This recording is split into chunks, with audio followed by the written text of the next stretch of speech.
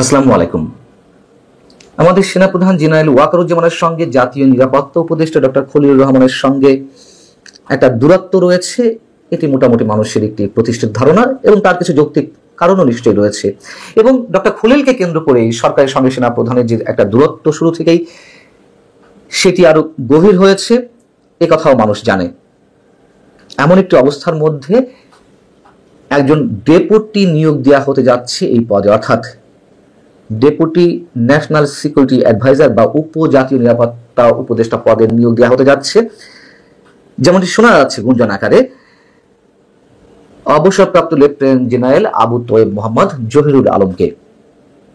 এবং ভারতের অন্যতম প্রধান গণমাধ্যম ইকোনমিক টাইমস থেকে শুরু করে বিভিন্ন গণমাধ্যমে এ ধরনের একটি রিপোর্ট এসেছে, যেখানে বলা হচ্ছে যে লেফটেন্যান্ট জেনারেল জহিরুল আলম প্রধান উপদেষ্টার খুব কাছের মানুষ হতেই পারেন, অস্বাভাবিক কিছু না। তাছাড়া আমাদের প্রধান উপদেষ্টা তো তার মুখ চেনা মানুষগুলোকেই সরকারের বিভিন্ন পদে বসিয়েছেন, উপদেষ্টা পরিষদের প্রায় সবই তো তার মানুষ। আর জেনারেল জহিরুল আলমের বাড়ি চট্টগ্রামে, প্রধান উপদেষ্টা চট্টগ্রামের বাইরে খুব বেশি আসতে পারেন না, তার জন্য কষ্টসাধ্য হয়ে পড়ে, এটিও সত্য কথা। কিন্তু এখানে বলা হচ্ছে যে তিনি নাকি আমাদের বর্তমান স্বরাষ্ট্র উপদেষ্টা জেনারেল জাহাঙ্গীর আলমের ব্যাচমেট, যদিও আমি জানি যে তিনি আমাদের স্বরাষ্ট্র উপদেষ্টার অনেক সিনিয়র। এবং 2001 সালে বিএনপি যখন ক্ষমতায় ছিল তখন বিডিআর এর প্রধান হিসেবে কাজ করেছেন এবং তিনি হামদর্দ বাংলাদেশ লিমিটেডের ট্রাস্টি বোর্ডের একজন সদস্য ছিলেন। ভারতের এই গণমাধ্যমগুলো যেটা দাবি করছে তা হচ্ছে, যা লেখা হচ্ছে, আমি একেবারে স্পষ্টভাবে লাইনটি পড়ছি, the appointment may could further dent Dhaka ties with New Delhi. অর্থাৎ তাকে এই পদে নিয়োগ দেওয়া হলে ভারতের সাথে বাংলাদেশের এই মুহূর্তে যে সম্পর্ক একেবারে তলানিতে বিরাজ করছে, সেই সম্পর্ক আরো বেশি খারাপ হতে পারে, খারাপ হওয়ার সম্ভাবনা রয়েছে। এগুলো ভারতের গণমাধ্যমের দাবি এবং তারা দাবি করছেন জেনারেল জহিরুল আলমের সঙ্গে নাকি পাকিস্তানের সামরিক গোয়েন্দা সংস্থা আইএসআই এর ঘনিষ্ঠ যোগাযোগ রয়েছে। আইএসআই এর একটি প্রভাব সাম্প্রতিক সময় বাংলাদেশের উপরে স্পষ্টভাবে দেখা যাচ্ছে। অনেকেই মনে করেন যে আইএসআই এর একটি প্রভাব সৃষ্টি হয়েছে এবং সেদিক থেকে ভারত এই বিষয়টি আনতেই পারে। কিন্তু আমি যতটুকু জানি, লেফটেন্যান্ট জেনারেল জহিরুল আলম একজন প্রগতিশীল মানুষ, একজন সংস্কৃতি মনা ব্যক্তিত্ব এবং তিনি নিঃসন্দেহে বাংলাদেশের মুক্তিযুদ্ধের সপক্ষের একজন মানুষ। তার সেনা প্রধান হওয়ার কথা ছিল বিএনপির সময়ে। আমরা এটুকুও তো জানি, জেনারেল মইনি আহমেদকে 5 জন সিনিয়র অফিসারকে ডিঙিয়ে তাকেই সেনাপ্রধান করা হয়েছিল। এবং সেই জায়গা থেকে একটা প্রশ্ন তো খুব যৌক্তিক আকারে উঠতেই পারে, যদি আমার কথাগুলো সত্য হয়ে থাকে তাহলে ভারতীয় গণমাধ্যমগুলো এমন তথ্য দিল কেন, বা তারা এমনটি দাবি করছে কেন? আমরা বিষয়টি খুব ভালো জানি না যে তারা কেন জেনারেল জহিরুল আলমকে এইভাবে চিত্রায়িত করার চেষ্টা করছে। তবে যে প্রশ্নগুলো উঠতেই পারে, যেহেতু তার সেনা প্রধান হওয়ার কথা ছিল, অনেক সিনিয়র মোস্ট পার্সন পেশাগত জায়গা থেকেও, তাকে কেন উপজাতীয় নিরাপত্তা উপদেষ্টা পদে নিয়োগ দেওয়া হবে? অথবা তিনি নিজেও এই পদে আসার জন্য আগ্রহী হবেন কিনা? দ্বিতীয়ত, এই পদটি কেন ক্রিয়েট করা হচ্ছে? এ ধরনের কোনো পদ তো এর আগে আমাদের ছিল না, যেখানে ডক্টর খলিলুর রহমানকে বা তার মতো একজন বিতর্কিত মানুষকে এই পদে নিয়োগ দিয়ে আমেরিকা থেকে ডেকে নিয়ে এসে তাকে এই পদে বসিয়ে কর্মসমালোচনার তো জন্ম দেওয়া হয়নি। সেইখানে আবার একটি নতুন পদ সৃষ্টি করে, তাও আবার জেনারেল জহিরুল আলম মানুষের মতন ব্যক্তিকে এই পদে নিয়োগ দেওয়ার চিন্তা ভাবনা আমি জানি না যে অনেক কিছুতেই গরমিল। এবং এটাও সত্য কথা যে তাকে যে চূড়ান্তভাবে নিয়োগ দেওয়া হচ্ছে এমন কোনো কনফার্মেশন পাওয়া যায়নি। এগুলো সব গুঞ্জন আকারে শোনা যাচ্ছে এবং কিছুটা সত্যতা থাকতেও পারে, সেই জায়গা থেকে তো অবশ্যই আলোচনা করছি। এবং সবচেয়ে বড় প্রশ্ন, এই পদে যে আরো একজনকে নিয়োগ দেওয়া হতে যাচ্ছে, সেটি কি জেনারেল ওয়াকারুজ্জামানের সঙ্গে পরামর্শ করা হয়েছে? অনেকেই বলতে পারেন যে কেন সেনাপ্রধানের সঙ্গে যোগাযোগ করতে হবে বা তার পরামর্শ নিতে হবে, নিশ্চয়ই প্রয়োজন নেই। আমিও মনে করি যদি কিনা এটি স্বাভাবিক কোনো রাজনৈতিক সরকার হতো। এটা তো আর স্বাভাবিক কোনো রাজনৈতিক সরকার নয়, স্বাভাবিক তত্ত্বাবধায়ক বা অন্তর্বর্তী বা নির্দলীয় সরকারও নয়। বিশেষ মুহূর্তে বিশেষ অবস্থা বিবেচনায় এই সরকারের সৃষ্টি, এবং যেখানে সেনাবাহিনীর একটি বড় রোল রয়েছে অন্তত আগামী নির্বাচন পর্যন্ত, সেখানে সেনা প্রধানের বক্তব্য নেওয়া বা তার পরামর্শ নেওয়ার তো অবশ্যই প্রয়োজন রয়েছে। এবং যা করা হয়নি ডক্টর খলিলুর রহমানের ক্ষেত্রে, সেই জায়গা থেকেই তো একটা দূরত্ব সৃষ্টি হয়েছে সেনাপ্রধান বা সেনাবাহিনীর সাথে বর্তমান সরকারের। এবং এদিকে চীন সফরে যাচ্ছেন এই মুহূর্তে যুক্তরাষ্ট্রে অবস্থান করা ডক্টর খলিলুর রহমান। এই মাসের শেষের দিকে তিনি চীন সফরে যাবেন। আরো মজার বিষয় হচ্ছে যে চীন সফরে যাওয়ার কথা ছিল এই মাসের শেষের দিকে সেনাপ্রধান জেনারেল ওয়াকারুজ্জামানের।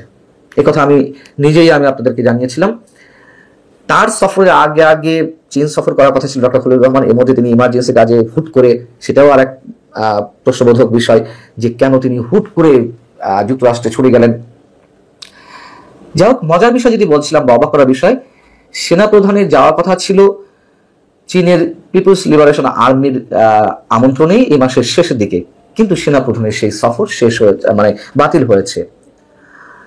ডক্টর খলিলুর রহমানই চীন সফরে যাচ্ছেন। এখন কেন তিনি চীন সফরে যাচ্ছেন যেটি ধারণা করা হচ্ছে, অনেকেই বলছেন যে সম্ভবত সোকল্ড মানবিক করিডোর ইস্যুতেই কোন ধরনের কথাবার্তা বলতে তিনি চীনে যাচ্ছেন। যদিও প্রধান উপদেষ্টা বলেছেন, আবারও মনে করে দিতে হয়, ঈদের আগে তিনি জাতির উদ্দেশ্যে ভাষণে বলেছেন যে এটি চীনে কান নিয়ে যাওয়ার মতো অবস্থা, এটি একেবারেই গুজব। নিশ্চয়ই গুজব নয়, এখনো আমরা মনে করি নিশ্চয়ই গুজব নয়। হয়তো সরকার কিছু ঘটেছে সেনাবাহিনীর প্রবল আপত্তির মুখে। স্পষ্টভাবে তো সেনাপ্রধান জানিয়ে দিয়েছিলেন যে নো ব্লাডি করিডোর। এখন আমাদের প্রধান উপদেষ্টা ঠিকই মন্তব্য করেছেন, করতেই পারেন, কিন্তু অনেকেরই ধারণা যে এটি একেবারেই যে ক্যান্সেল হয়ে গেছে তা নয়। এবং যুক্তরাষ্ট্রের যেহেতু এজেন্ডা, যুক্তরাষ্ট্র তার বার্মা অ্যাক্ট অনুযায়ী মিয়ানমারে প্রবেশ করবেই, মিয়ানমারে আধিপত্য তারা সৃষ্টি করবেই, এটি তাদের মোটামুটি চ্যালেঞ্জ। সেই জায়গা থেকে এই বিষয়গুলো এখনো ডেড হয়ে যায়নি, এবং সেই বিষয়টিতে সম্ভবত কোনো ধরনের পরামর্শ করতে, কোনো ধরনের আলোচনা করতে ডক্টর খলিলুর রহমান চীন সফরে যাচ্ছেন, যেটি জানা যাচ্ছে। যেহেতু সেনাবাহিনীর তীব্র আপত্তি রয়েছে এই বিষয়ে, বন্দর ইস্যুতেও তো ছিল, তারপরেও চট্টগ্রাম বন্দর ডিপি ওয়ার্ল্ডের হাতে ছেড়ে দেওয়া হচ্ছে বা সেই উদ্যোগ এর মধ্যে সম্পন্ন হচ্ছে, নানান ধরনের কথা শোনা যাচ্ছে। এছাড়া প্রধান উপদেষ্টাও স্পষ্ট করে বলেছেন যে এটি করা হবে। সবকিছু মিলিয়ে সামনের দিনগুলো নিশ্চয়ই আমাদের জন্য একেবারেই চিন্তামুক্ত বা অস্বস্তি মুক্ত এমনটি দাবি করা যাবে না। আজকের যে বিষয়টি, সে বিষয়টি অত গুরুগম্ভীর কোনো বিষয় নয়, একেবারেই হালকা পাতলা একটা বিষয়। এই ভিডিওটি যখন আমি করছি তখন সারা বিশ্ব উত্তাল, সবার মন খারাপ, অনেকের মধ্যে আতঙ্ক, অনেকের মধ্যে জিঘাংসা। ইরান এবং ইসরায়েলের যে যুদ্ধ, সেই যুদ্ধের যে চালচিত্র, সেই চালচিত্র সারা পৃথিবীকে দুই ভাগে বিভক্ত করে ফেলেছে। এক পক্ষ ইসরায়েলকে ভয় পাচ্ছে এবং আশঙ্কা করছে ইরান শেষ হয়ে যাবে, আর আবেগ নির্ভর একটা জাতি, একটা সম্প্রদায়, শান্তিপ্রিয় মানুষ, তারা কায়মনো বাক্যে যুদ্ধের অবসান চাচ্ছে। আরেকটি গ্রুপ, তারা চাচ্ছে ইরান বিজয়ী হোক। এবং এই সময়ের মধ্যে মিস্টার ডোনাল্ড ট্রাম্প হঠাৎ করে যখন এই যুদ্ধে অংশগ্রহণ করলেন, এবং তার হাতে যেটা সর্বোচ্চ অস্ত্র রয়েছে, যেটাকে ব্রহ্মাস্ত্র বলা যেতে পারে, পৃথিবীর সবচেয়ে বড় যুদ্ধ বিমান B-2 বোমারু বিমান, এবং সেই বোমারু বিমানে করে তিনি সেই ক্ষেপণাস্ত্র তিনি সেখানে পাঠালেন বা নিক্ষেপ করলেন, যেটিকে বলা হয় পৃথিবীর সবচেয়ে ইফেক্টিভ, যাকে বলা হয় ক্ষেপণাস্ত্র, যা যে কোনো পাহাড়ের উপরে, যে কোনো ভূমির উপরে এবং যে কোনো শক্ত বিষয়ের উপরে, মানে শক্ত মানে রক যাকে বলা হয়, পাথর, সেই পাথরের উপরেও যদি আপনি সেই ক্ষেপণাস্ত্র নিক্ষেপ করেন, তো সেটা ঘুরে ঘুরে ঘুরে ঘুরে 300 মিটার পর্যন্ত গভীরে ঢুকে যেতে পারে। তো 300 মিটার থেকে যদি মাটি একটু নরম হয়, এটা অনেক সময় 400 মিটার পর্যন্ত তারা চলে যায়, অর্থাৎ প্রায় আধা কিলোমিটার গভীরে সেই ক্ষেপণাস্ত্র ঢুকে ওই আধা কিলোমিটারের গভীরে যদি আপনি কোনো স্থাপনা তৈরি করেন সেটাকে ধ্বংস করে দিতে পারে। এইভাবেই আমরা শুনে আসছিলাম। তো সেই বোমারও বিমান এবং সেই বোমা ক্ষেপণাস্ত্রের মাধ্যমে সেই বোমা ইরানের 3টি জায়গাতে 3টি পরমাণু কেন্দ্রে নিক্ষেপ করা হয়েছে। ইরান বলছে আমাদের কিছুই হয়নি, আমেরিকা বলছে সব শেষ হয়ে গেছে। তো এগুলো নিয়ে যখন আলাপ আলোচনা হচ্ছে এবং সবার যখন মন খারাপ, তখন আজকে যে বিষয়টি, এই বিষয়টি এর সঙ্গে বেমানান। এই কারণ হলো এটা অনেকটা স্যাটায়ার মূলক এবং এটি পুরনো একটা বিষয় এবং বাংলাদেশের বিষয়। লন্ডন যখন গিয়েছিলেন ডক্টর মোহাম্মদ ইউনূস, তো সেই সময় তিনি বিবিসির সঙ্গে একটা সাক্ষাৎকার দিয়েছিলেন এবং সেই সাক্ষাৎকারে তিনি যেভাবে নাস্তানাবুদ হয়েছেন এবং সেখানে অনেকগুলো বিষয় বিবিসির সাংবাদিক তার মুখ থেকে বের করে নিয়ে এসেছেন, সেই বিষয়গুলো এখন পুরনো হয়ে গেছে এবং অনেকে বিবিসির সঙ্গে তার সেই সাক্ষাৎকার নিয়ে দেশের ভেতরে তেমন কেউ করেনি, তবে দেশের বাইরে অনেক ইউটিউবার, কন্টেন্ট ক্রিয়েটর ভীষণ রকম ডক্টর মোহাম্মদ ইউনূসকে খোঁচা দিয়ে অপমান করে যা মুখে আসে তাই বলেছেন। তা আমি ভাবছিলাম যে এই বিষয়টা নিয়ে একটা ভিডিও করব কি করব না, এটা তো অনেক পুরনো একটা বিষয়, কিন্তু আমার কাছে মনে হলো যে এখানে এমন কিছু ঘটনা ঘটেছে, এমন কিছু কথা ডক্টর মোহাম্মদ ইউনূস বলেছেন, এমন কিছু প্রশ্ন বিবিসি করেছে যেটা আগামী 50 বছর পরেও আলোচিত হতে পারে। এর কারণ হলো যে পুরো ডক্টর মোহাম্মদ ইউনূসের যে লন্ডন ভ্রমণটি আমাদের রাজনীতির একটা টার্নিং পয়েন্টে নানা রকম জটিলতা তৈরি করেছে। আমার দৃষ্টিতে এই সময়টিতে ওনার ইংল্যান্ড যাওয়াটাই উচিত হয়নি, দরকার ছিল না। যেভাবে আমি শেখ হাসিনার পতনের আগে তার যে সর্বশেষ বিদেশ সফর, চীনে তিনি গিয়েছিলেন, আমি বলেছিলাম যে এই মুহূর্তে তার চীনে যাওয়াটা ঠিক হচ্ছে না। এই কারণ হলো তার আগে দিল্লি যাওয়া উচিত, ভারতকে তার শান্ত করা উচিত এবং একদিকে তার মনোনিবেশ করা উচিত। তার এই মুহূর্তে চীনে যাওয়া উচিত না। চীনে যেতে হলে তাকে আগে ভারতের সাথে সম্পর্ক নষ্ট করে তারপর চীনে যেতে হবে। তো তিনি সে কারণে চীনে গেলেন। আবার চীনে তিনি অপমানিত হলেন, লাঞ্ছিত হলেন। প্রেসিডেন্টের সঙ্গে তার কোনো রকম ফরমাল বৈঠকই হলো না। তিনি রাস্তায় রাস্তায় একদিন ঘুরে বেড়ালেন, তারপর বাংলাদেশে আসলেন। আমি বললাম যে তিনি ক্লান্ত, বিধ্বস্ত, অপমানিত, তার সংবাদ সম্মেলন করাটা ঠিক হবে না, করলে তিনি বিপদে পড়বেন। কিন্তু তখন তো তিনি দেবতার স্তরে পৌঁছে গেছেন। আমার মতো একজন সাধারণ মানুষের কথা শোনার তার যারা লোকজন আছে তাদের তো সময় নেই। সংবাদ সম্মেলন হলো, সেই সংবাদ সম্মেলনে একজন সাংবাদিক প্রভাস আমিন তিনি একটা প্রশ্ন করলেন, রাজাকারের বাচ্চা নাতিপুতি নিয়ে একটা প্রশ্ন করলেন, আর সেই প্রশ্নের কারণে সারা বাংলাদেশ উত্তাল হয়ে গেল, শেখ হাসিনার পতন হলো। দেখেন ছোট্ট একটা জায়গা থেকে, কিন্তু ইতিহাস খুঁজে দেখেন যে শেখ হাসিনার চীনে যাওয়ার আগে বাংলাদেশে কোনো মানুষ বলেছিল কিনা, গোলাম মোল্লা রনি ছাড়া, যে তার এই চীনে যাওয়াটা ভয়াবহ একটি বিষয়। তারপরে তিনি ফিরে আসার পরে ইজ দেয়ার এনিবডি, কেউ বলেছিল যে তার যে পরাজয় চীনে ঘটেছে এটাকে ধামাচাপা দেওয়ার জন্য তার কয়েকদিন নীরব থাকা উচিত, সংবাদ সম্মেলন তিনি যে এসে মেলা মিলান অনুগত সাংবাদিকদেরকে নিয়ে, এই মেলা মিলানোটা তার ঠিক হবে না, কিন্তু তিনি সেই কাজটি করেছিলেন। একইভাবে সারা বাংলাদেশের মানুষ এখন ডক্টর মোহাম্মদ ইউনূসের লন্ডন সফরে তিনি বিশাল কাজ করেছেন। সেই ব্রিটেনের যে রাজা পুরস্কার দিয়েছেন, এই পুরস্কার অমূল্য, এই পুরস্কার মহামূল্য। এই পুরস্কার পেয়ে তিনি নিজে ধন্য হয়েছেন, জাতিকে ধন্য করেছেন। এবং অনেকে বলার চেষ্টা করেছেন যে তিনি ব্রিটেনের যে রাজা চার্লস, তার চেয়ে এত মহান আমাদের ডক্টর মোহাম্মদ ইউনূস যে রাজা তাকে পুরস্কৃত করে রাজা নিজে সম্মানিত হয়েছেন। রাজা যাবে, রাজা আসবে, কিন্তু ইউনূস তো দ্বিতীয়বার পয়দা হবে না, এরকম তেলবাজি। তারপর ডক্টর মোহাম্মদ ইউনূসের সঙ্গে তারেক রহমান সাহেবের বৈঠক, এটা নিয়ে দুই গ্রুপে, ইউনূস গ্রুপ ভার্সেস বিএনপি যারা লোকজন সমানে তালি বাজিয়ে যাচ্ছে। এর সাথে মেঘনা কাটার হতে পারে না। বাংলাদেশের ইতিহাসে একটা মাইল ফলক তৈরি হলো, এই দুই নেতা বৈঠক করলেন। সারা বাংলাদেশে মানে আগামীতে বসন্ত আসবে, গাছে গাছে ফুল ফুটবে, ফল হবে, কোকিল, দোয়েল, শালিক, ময়না, টিয়া পাখিতে সারা বাংলাদেশ ভরে যাবে। এইরকম স্বপ্নে যখন বিভোর, তখন আমি প্রথম থেকে বলে আসছি যে ওনার ইংল্যান্ডে যাওয়া ঠিক হয়নি। 2 নম্বর হলো ওনার এই তারেক রহমান সাহেবের সঙ্গে বৈঠকটা তার জন্য ক্ষতিকর হয়েছে। আর বিএনপির জন্য আরো বেশি ক্ষতিকর হয়েছে। উনি যাওয়ার আগে আমি ভিডিও করেছিলাম যে তারেক রহমান সাহেবের সাথে বৈঠক হলে বিপদ, আর মানে বৈঠক যদি না হয় তাহলে উভয় পক্ষের জন্য বিপদ, আর যদি মানে বৈঠক না হয় তাহলে মহাবিপদ। এইরকম একটা অবস্থা, মানে উভয় সংকটে উনি লন্ডনে না গেলে আর এই ওনার উভয় সংকটটা তৈরি হতো না, বিএনপির জন্য হতো না। আজকে যে মুখোমুখি অবস্থানে পৌঁছে গেছি রাজনৈতিক অবস্থা, ওনার সেই লন্ডন ভ্রমণ পরবর্তী সময়, এই সময়টিতে এই ঘটনা কখনো ঘটতো না। অনেক আগে বাংলাদেশ প্রতিদিন আওয়ামী লীগ জমানাতে একটা লেখা লিখেছিলাম, খুবই জনপ্রিয় একটা লেখা ছিল, হাতি কখন গু খায়।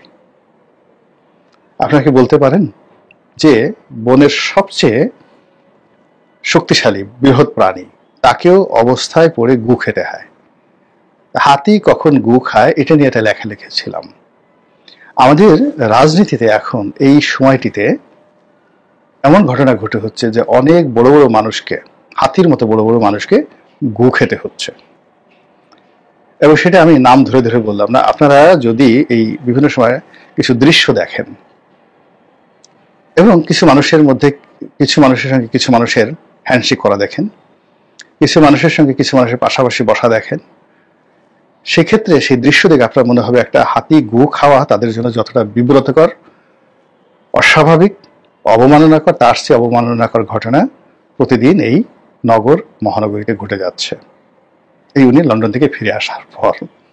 তো যাই হোক, তো সেই কারণে আমার কাছে যেটা মনে হচ্ছে যে একটু দেরিতে হলেও উনার এই লন্ডন ভ্রমণের যে দুটো অংশ, একটা হলো রাজার যে সাথে তার পুরস্কার গ্রহণ, এটা নিয়ে আমি টক শোতে বলেছি, টেলিভিশনে অসংখ্যবার, আমার এই চ্যানেলে বলেছি, আবার তারেক রহমান সাহেবের সঙ্গে তার বৈঠক নিয়ে টক শোতে বলেছি, চ্যানেলে বলেছি। ফলে এই বিষয়গুলো নিয়ে আর বলবো না।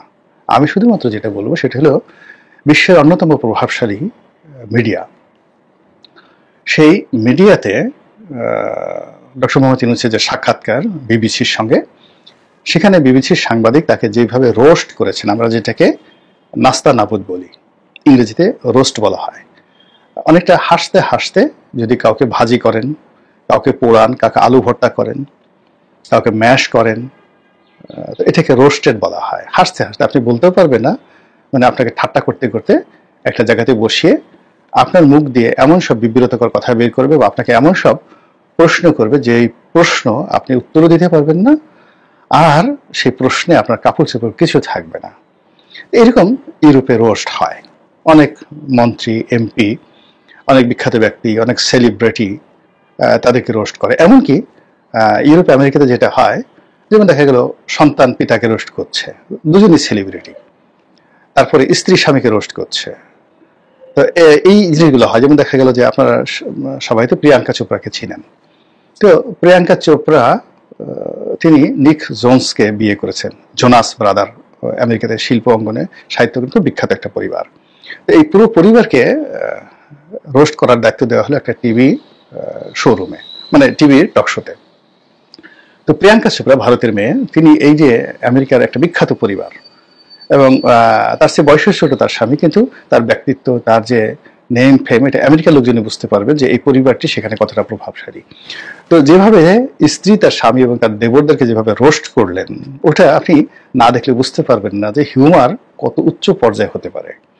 তো এখানে আসলে ডক্টর মোহাম্মদ ইউনূসকে যে রোস্ট করা হয়েছে, এখানে কোনো হিউমার করা হয়নি, মানে অনেকটা গজাল মেরে মেরে, মাথার উপর গজাল মেরে মেরে যদি কাউকে রোস্ট করা হয়, কারোর শরীরের মধ্যে যদি ডাইরেক্ট একেবারে খন্তা ঢুকে দেওয়া হয়, আপনাদের গ্রামে খন্তা চিনেন, কোদাল চিনেন, আপনি ধরেন ধারালো তলোয়ার দিয়ে কাউকে খোঁচা দিলেন বা কাউকে আঘাত করলেন, বা খুব তীর দিয়ে, বিষাক্ত তীর দিয়ে দূর থেকে আপনি খুব নিখুঁতভাবে কারো কলিজার উপর আঘাত করলেন, তো সেটা যেমন হয় আপনি টের পাবেন না। বা আপনাকে যদি একেবারে খুব অত্যাধুনিক একটি অস্ত্র দিয়ে গুলি করা হলো, মাথার খুলি বের হয়ে গেছে, কিন্তু আপনি তারপর 2-3 মিনিট টের পাবেন না যে আপনার মাথা ভিতর দিয়ে একটা গুলি চলে গেছে।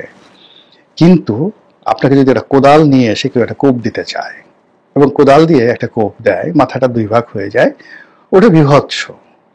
বা আপনাকে একটা খন্তা, কবর খুঁড়ে, আমরা সেই এখন খন্তা আছে কিনা জানি না, আমরা সেই 70-এর দশকের 80-এর দশক গ্রামে যারা দেখেছি, খন্তা এবং কোদাল এটা দুটি খুবই গুরুত্বপূর্ণ। গর্ত খোঁড়ার জন্য খন্তা ব্যবহার করা হয়, তারপর সেই গর্তকে আরো বড় করার জন্য কোদাল ব্যবহৃত হয়। তো এরকম খুন্তা এবং কোদালের ব্যবহার। এরকম যদি কাউকে খুন্তা দিয়ে কোদাল দিয়ে রোস্ট করা হয়, আঘাত করা হয়, তখন তার জন্য যে রকম একটা অসহ্য হয়ে যায়, তদ্রূপ ডক্টর মোহাম্মদ ইউনূসের সঙ্গে বিবিসি যে সাক্ষাৎকার, সেই সাক্ষাৎকারটি তার জন্য ওইরকম একটা বিব্রতকর পরিস্থিতি তৈরি করেছিল। যেমন তিনি সেখানে গিয়ে খুব অপমানিত হয়েছিলেন। এর কারণ হলো তিনি ব্রিটিশ প্রধানমন্ত্রীর সাক্ষাৎ পাননি। তার জন্য খুব অস্বস্তিকর ছিল টিউলিপ সিদ্দিকীর একটা চিঠি, এবং তাকে যখন বারবার তিনি যেখানে টিউলিপ সিদ্দিক একটা আসামি মনে করেন, একটা চোর মনে করেন, একটা সুরনি মনে করেন, এবং যাকে তার দুর্নীতি দমন কমিশন দিয়ে তিনি সাজা দিবেন, ধরে নিয়ে আসবেন, টিউলিপ সিদ্দিককে হাউমাউ করে কান্নাকাটি করবে।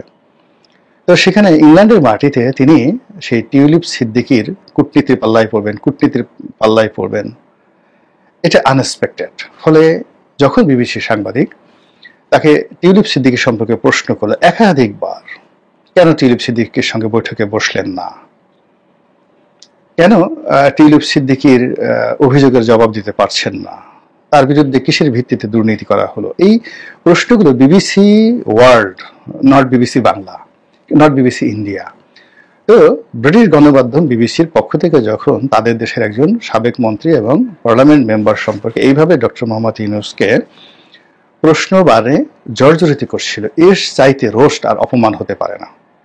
এই গেল এক। দুই নম্বর হলো যে কেন প্রধানমন্ত্রীর সঙ্গে তার বৈঠক হলো না, প্রশ্ন কেন আওয়ামী লীগকে নিষিদ্ধ করা হলো। এই সমস্ত প্রশ্নগুলো ইংল্যান্ডের মাটিতে বসে ডক্টর মোহাম্মদ ইউনূসকে করা হবে, এটা ডক্টর মোহাম্মদ ইউনূস কল্পনাও করতে পারেনি। তিনি সবসময় যেভাবে খেলেন, ইকোনমিস্টের সাথে, নিউ ইয়র্ক টাইমসের সাথে, সিএনএন এর সাথে, আল জাজিরার সাথে, অন্যান্য যে সমস্ত বিশ্ব মিডিয়া আছে, বিবিসি সহ অনেকের সাথে তিনি বহুবার কথা বলেছেন, এবং সবসময় তিনি দুই হাতে খেলেছেন, এবং সাংবাদিকদেরকে তার মতো করে তিনি প্রশ্ন করার সুযোগ দিয়েছেন, উত্তর দিয়েছেন, এবং পুরো বিষয়টি তার ফেভারে ছিল। কিন্তু এইবার তাকে রোস্টেড হতে হয়েছে, ভীত সন্ত্রস্ত হতে হয়েছে, বিব্রত হতে হয়েছে, বিমর্ষ হতে হয়েছে, অপমানিত এবং লাঞ্ছিত বোধ করতে হয়েছে। এখন এটার পরিণতি কি? এখানে একটা বিষয় হলো, বিশ্বের যে গণমাধ্যমগুলো, আল জাজিরা, বিবিসি, তারা টার্গেট করে কারো পক্ষে নামে আর কারো বিপক্ষে নামে। যেমন ধরুন আল জাজিরা, তারা দীর্ঘদিন ধরে শেখ হাসিনার বিরুদ্ধে তারা নেমেছিল, এবং শেখ হাসিনাকে ক্ষমতাচ্যুত করার পরেও এখন পর্যন্ত আওয়ামী লীগকে তারা ছাড়েনি। একইভাবে সিএনএন যদি কারো বিরুদ্ধে লাগে, একেবারে ওই শেষ সময়টা পর্যন্ত সেই মিডিয়াগুলো তাদেরকে আঘাত করতে থাকে। বাংলাদেশে একই অবস্থা। আপনি বাংলাদেশে ধরেন যদি প্রথম আলো, তারপর ডেইলি স্টার, তারা যেদিন থেকে প্রতিষ্ঠা হয়েছে সেই দিন থেকেই তারা তিনটি শ্রেণীকে ধ্বংস করছে। প্রথম শ্রেণী হলো যারা ইসলামাইজেশন মানে ধর্মকর্ম করে, এদেরকে জঙ্গি বানানো, এদেরকে উগ্র বানানো, এদের একটা এজেন্ডা। ধর্মহীনতা তৈরি করা এদের একটা এজেন্ডা। সেকেন্ড থিং হলো আওয়ামী লীগ, বিএনপি, এরা দুটো রাজনৈতিক দলই দুর্নীতিবাজ। তারেক রহমান হাওয়া ভবন, শেখ হাসিনা টাওয়া ভবন, জয়, তারেক, এই দুটো পরিবার, এদের দ্বারা কিছুই হবে না। এই দলে যারা মন্ত্রী আছে, এমপি আছে, সেটা বাবর হোক, সেটা বিপু হোক, নসরুল হামিদ বিপু, এই দলে রশিদুজ্জামান মিল্লাত মানে বিএনপির রশিদুজ্জামান মিল্লাত হোক, বা টুকু হোক, কিংবা আওয়ামী লীগের ওবায়দুল কাদের হোক, কোনো ম্যাটার করে না। এখানে নাসিরউদ্দিন পিন্টু যে মারা গেছে, সে পিন্টু হোক কিংবা জয়নাল হাজারী হোক, ডাজ নট ম্যাটার। ডেইলি স্টারের থিওরি হলো এই দুটো রাজনৈতিক দলের সম্ভাবনাময় যত রাজনৈতিক শক্তি আছে তাদেরকে পচিয়ে গলিয়ে আলু ভর্তা করে তাদের কবর রচনা করা, রাজনৈতিক কবর রচনা করা। সেখানে শামীম ওসমান বলেন, অন্যান্য যারা বলেন, ডাজ নট ম্যাটার। তারা সেই যে কাজগুলো তারা শুরু করেছিল 1991 থেকে, সেই 1991 প্রথম আলো তখন 91-তে প্রতিষ্ঠিত হয়নি, ডেইলি স্টার হয়েছে। তো প্রথম আলো তখন ভোরের কাগজ ছিল। তো ভোরের কাগজ দিয়ে তারা যে শুরু করেছে সেটা প্রথম আলো যে গিয়ে সেটা রূপান্তরিত, এবং আজ পর্যন্ত আবার এখন তারা হাওয়া ভবনকে খুঁজে পেয়েছে। তারা তারেক রহমান সাহেবের গাড়িকে খুঁজে পেয়েছে, যে ইংল্যান্ডে এত এই গত 10 মাসের মধ্যে দুটো, একটা রেঞ্জ রোভার আর একটা হলো ল্যান্ড রোভার, এত দামি গাড়ি তারা পেল কোথায়। এবং তাদের বিভিন্ন যে সোর্স আছে সেই সোর্সের মুখ দিয়ে তারা এই কথাগুলো বলাচ্ছে, তারা সরাসরি বলছে না। তাদের অনেক এজেন্ট আছে, তাদেরকে দিয়ে বলা হচ্ছে। তো বলি এখন পরে যখন তারা ধরবে তখন দেখবেন তারেক রহমান সাহেবের আর ইমেজ থাকবে না। তারা রশিদুজ্জামান মিল্লাতকে ধরেছে যে এই লোক সিঙ্গাপুরে গিয়ে আবার এই জমানাতে তারা এই কাদের সাথে বসছে, এইরকম মানে বিএনপিকে এই জমানাতে এসে যা যা পচানোর দরকার পুরো কাজটা বাংলাদেশে যারা সাংবাদিক মহল তারা কিন্তু শুরু করে দিয়েছে এদের নেতৃত্বে। তদ্রুপ বিবিসিরও একই অবস্থা। বিবিসি যদি কারো পক্ষে নামে শেষ পর্যন্ত তার পক্ষে থাকে, যেমন বাংলাদেশের যে বিবিসি বাংলা আছে আর ভারতের যে বিবিসি ইন্ডিয়া রয়েছে, এরা নরেন্দ্র মোদীর লোক আর বাংলাদেশে শেখ হাসিনার লোক। আপনি মরে গেলেও আপনি এই দুটো প্রতিষ্ঠানকে এর বাইরে নিতে পারবেন না, বিজেপি এবং আওয়ামী লীগের বাইরে নিতে পারবেন না। তো সেই আছর কি বিবিসি লন্ডনে পড়লো, বিবিসি যেটা গ্লোবাল সার্ভিস তাতে পড়লো, আমি বলতে পারি না। কিন্তু বাস্তবতা হলো যে এই যে ডক্টর মোহাম্মদ ইউনূসের বিরুদ্ধে বিবিসি যে নামলো, বিবিসি লন্ডন, সেটা কিন্তু বিবিসি ভারত এবং বাংলাদেশ বিবিসি বাংলা তারা ওন করবে।